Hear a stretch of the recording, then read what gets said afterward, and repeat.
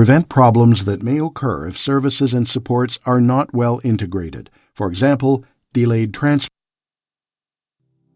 Welcome to our presentation on palliative care and end of life, Part 3, on transition in care and the dying process, brought to you by Surge Learning. This presentation must be supported with your organization's policy and procedures, relevant legislation, and evidence-based practices.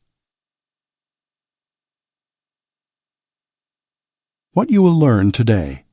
Recognize how to promote safe and effective transition in care, home, hospice, hospital. Realize the need for caregiver instructions and support. Appreciate the need for culture-sensitive care. Value spirituality at the end of life. Understand the dying process. Know how to provide care upon and after death. Be acquainted with grief and bereavement. Transitions in care are based on the person in care's needs and involves transferring a person from one care setting to another, or from one care provider to another. They may be transferred from hospital to a hospice or back to home, or from their physician in the community to an oncologist, for example. Families and caregivers play a vital role in transitions.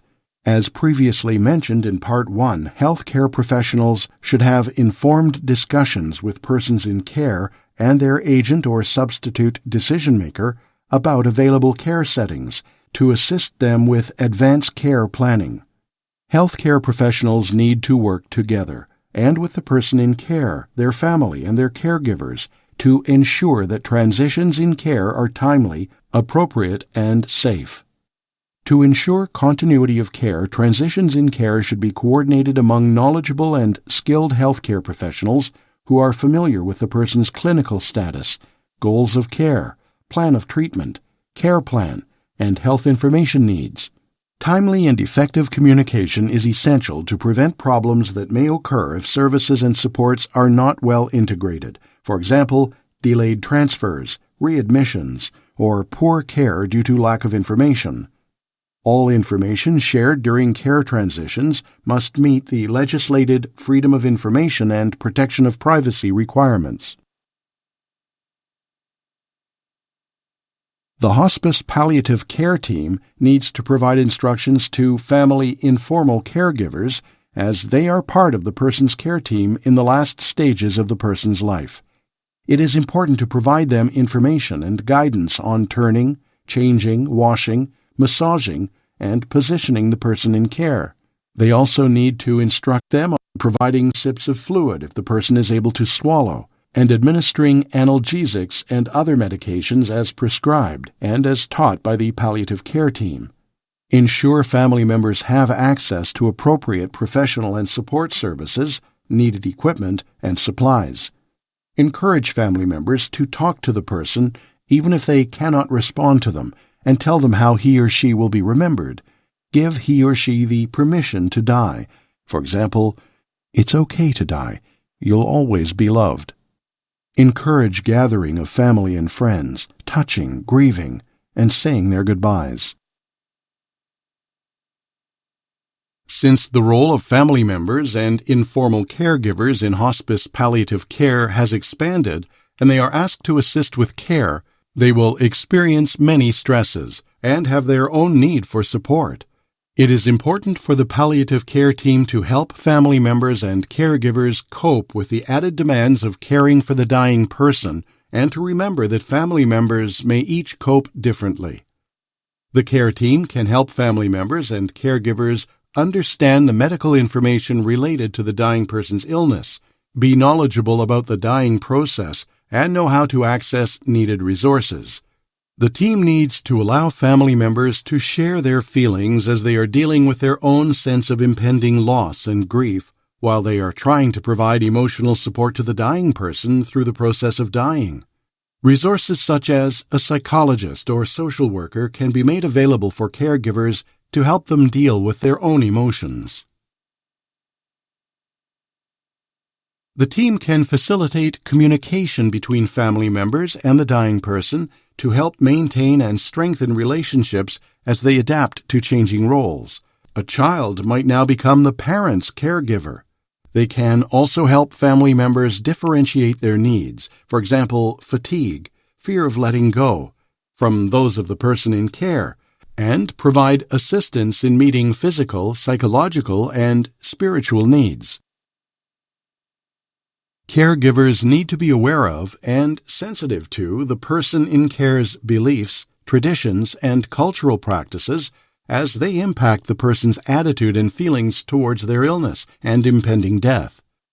Their beliefs might be very different from their caregivers, but it is important to respect them when providing care. Caregivers also need to be aware of care in the context of the needs of Indigenous peoples. Belonging to a particular ethnic community or religious faith congregation may influence their need for translation services and the awareness that in some cultures only certain words are acceptable when discussing illness and dying. Their choice of conventional medical or alternative treatment, such as a healer in their community. Their reaction to the pain and suffering associated with their illness based on beliefs about the cause and meaning of illness. Caregivers also need to be aware of their attitude towards disclosure of personal health care information to themselves or to their loved ones. The desire to tell or know the truth about illness or death is clearly a Western cultural value. Remember that people have the same right not to know as they have to know. Their attitude toward death and dying and beliefs about the afterlife. The death rituals, including preparation for burial, funeral practices or memorial services, customs for disposing of the body, and mourning rites. Some people may not think of spiritual matters often, or not at all when they are well, while for others, spirituality is a part of daily life. Facing the end of their life, the person in care may have spiritual questions and concerns. Support can be provided by friends, family, and the hospice palliative care team. If they belong to an organized religion, caregivers, with their permission, can contact a priest, pastor, rabbi, elders, or other spiritual advisors to visit them and provide support and comfort. The dying process can be a time for growth. It offers the dying person and his or her family and friends a time to strengthen or mend relationships, share memories, and say their goodbyes. Palliative care recipients may experience symptoms specific to their illness. It is important for the palliative care team to inform the person in care, their family and caregivers, of the likely symptoms they may experience and what to expect as their death approaches. They also need to be available to answer any questions they may have about the dying process. The more the individual and their loved ones know, the better prepared they will be to cope with this last stage of their life. The dying process is variable and unpredictable. The exact time of death cannot be predicted, nor can the exact manner in which a person will die. But people in advanced stages of a terminal illness experience many similar symptoms as they approach the end of life, regardless of their illness. Inform the family that the changes they will observe are usually more distressing for them than for the person in care. Signs of approaching death. Several physical and emotional changes occur as death approaches, including decreased appetite as metabolism slows and the person lacks interest in food and beverages, excessive sleepiness and weakness as periods of wakefulness become shorter and the person's overall energy declines, emotional changes, such as the person becoming less interested in the outside world and being less involved socially, anxiety, restlessness, confusion. Noticeable physical changes can be observed by the caregiver. The person's urine becomes dark or red and they are constipated. The person experiences visual and hearing changes and hallucinations, such as being in the presence of loved ones who have already died. Their body temperature changes, such as running a fever or feeling very cold with obvious skin discoloration and mottling.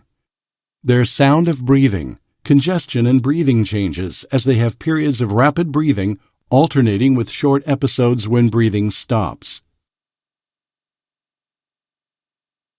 It is important for the palliative care team to be present at the time of death if possible, or to be in communication with the family and caregivers, allowing for silence and asking the family if they would like time alone with their loved one, or if they would like a team member to stay with them, is a supportive approach at this time. When in their presence, encourage them to express their feelings and talk about their loved one. Sharing memories of the person and speaking from your heart might also bring them comfort. Inquire if there is anything that needs to be done, offer support as appropriate, and follow through. The palliative care team should honor special requests regarding care of the body after death if possible. Many traditions recognize the period between death and burial as sacred, and there are many rituals to be held to honor this time.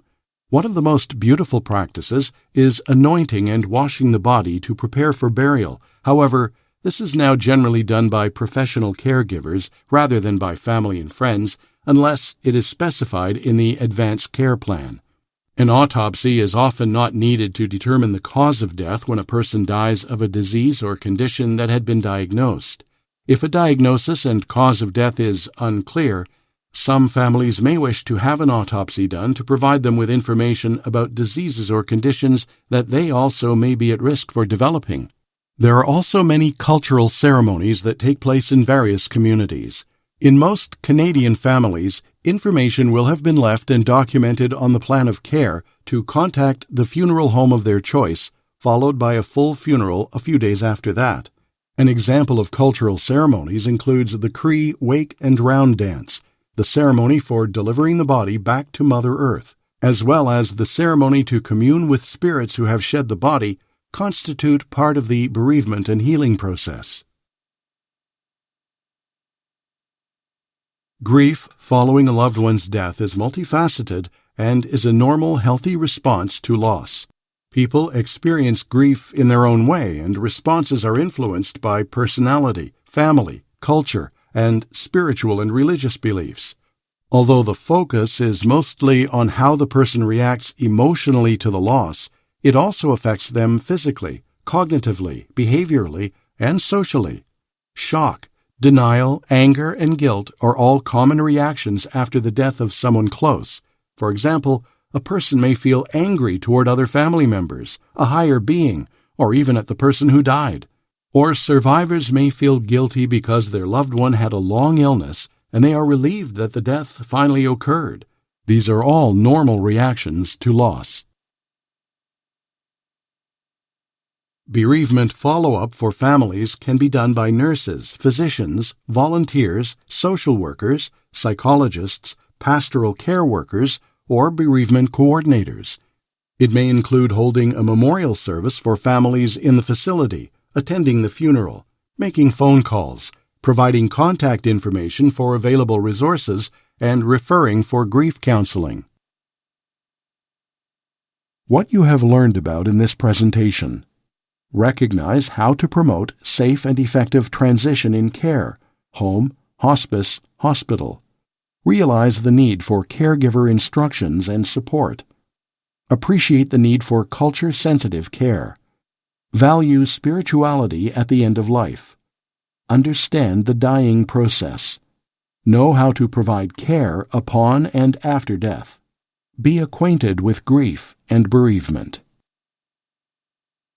Thank you for joining us today for Part 3 of 6 on palliative care and end of life, transition in care, and the dying process.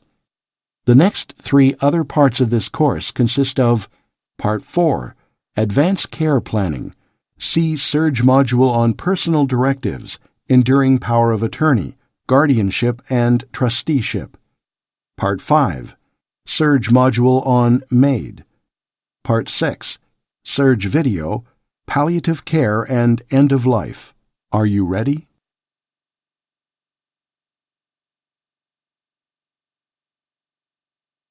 what you have learned about in this presentation. Recognize how to promote safe and effective transition in care, home, hospice, hospital. Realize the need for caregiver instructions and support.